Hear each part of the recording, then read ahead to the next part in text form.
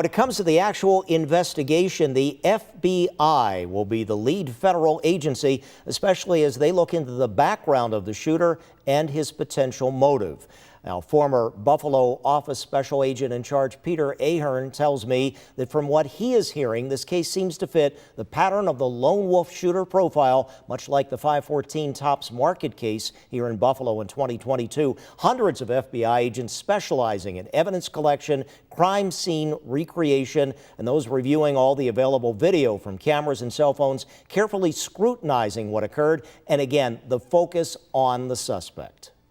Part of this whole thing is deep diving into his life, into his background, into his friends, into his family. You'll have ATF has already traced the gun, but that is being done,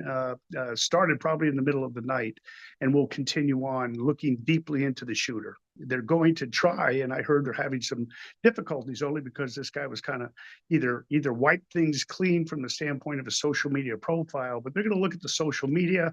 and look for things just like that to make sure there's a determination that there's nobody else involved. Peter Ahern says there is also probably extensive interviews going on with FBI agents and other law enforcement questioning the shooter's family and anyone else connected to him, as well as people who were actually at the rally as witnesses.